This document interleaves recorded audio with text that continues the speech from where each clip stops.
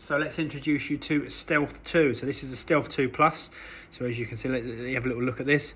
What we're going to see is different from Stealth is that there's a little bit more carbon in the sole, which I think they said it's like 6%.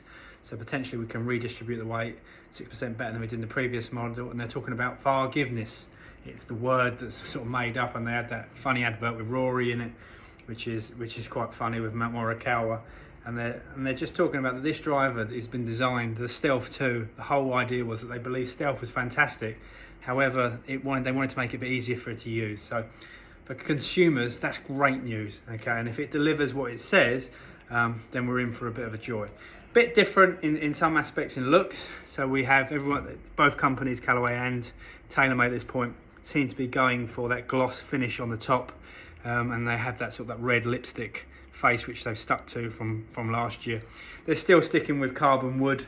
They're pretty much saying that the age of the metal wood, the titanium, is dead, and carbon wood is the future. So what we're going to do now is we're going to give it a whirl, try and get some numbers, and see where we're at. Unfortunately for this, I say unfortunately, it might be better suited to me, but this is going to be with just a stiff shaft as opposed to an X, which is what I usually use in my driver. So let's give it a whirl, let's see what the numbers are, see if it spins anymore. Let's find out. Quite exciting this, guys, really. We've got Stealth 2 here. I'm just about to put it through its paces for the first time. We get some nice set of data off of it and just see what sort of numbers it delivers. And I've said this a few times already, but you guys have got to try these drivers to actually understand whether one will be better suited for someone else. Just because I like Callaway and play Callaway doesn't necessarily mean that a TaylorMade won't be suited to you. So let's get them all in your hands. Let's give them a whirl. So we have the demos in. It's really important that we make sure that when I have to sell them off potentially at the end of the year, that they are used, and potentially that you've got the perfect fitting driver for you. So let's hit some and let's see what the numbers show.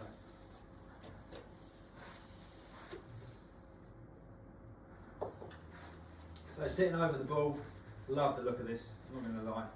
I do like the red and the black. Nothing to do with Tiger Woods, I don't think much. Let's just see how it goes.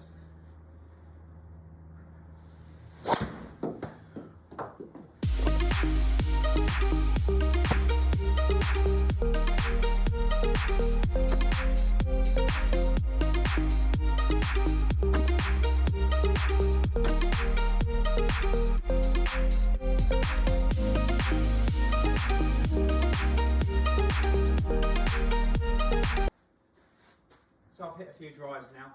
One of the things I would say, just from hitting it so far, it does feel solid. So I love the feel of it, love the look of it. Need to hit a few more drives. You see it here, I'm pretty out of breath, just to get more of a sort of bit more knowledge, just to see what the consistency factors lie, because Stealth was a very long driver, as we knew before. It's just about a case of how consistent you could be with that driver. So let's just hit a few more now and see where we're at.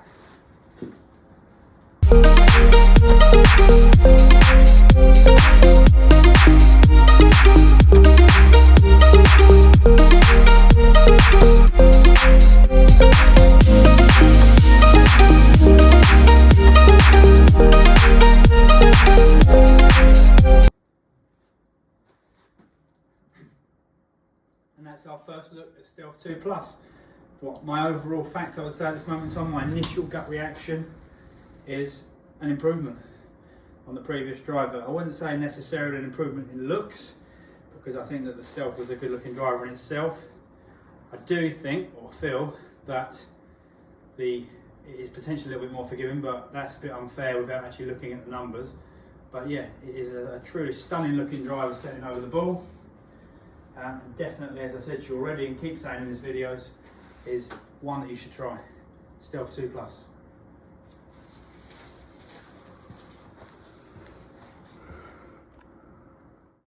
So let's take a closer look at the numbers from Stealth. So let's start with the spin, total spin.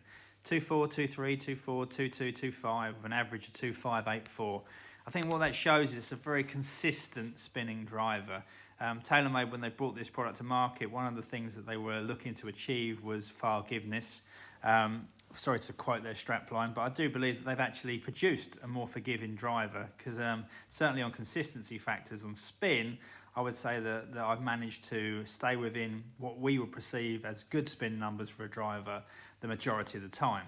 If you then look at distance, you go on my distance category, on an average it's 297, and you see some there I managed to sneak over the 300 mark, only on 2 occasions, may I say.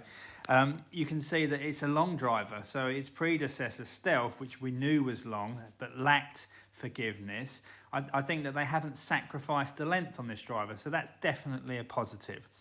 What I would say to you is, you could say, is it my favourite looking driver? I think it's a very good looking driver. However, I do like the overall look of the Paradigm, which I've seen so far.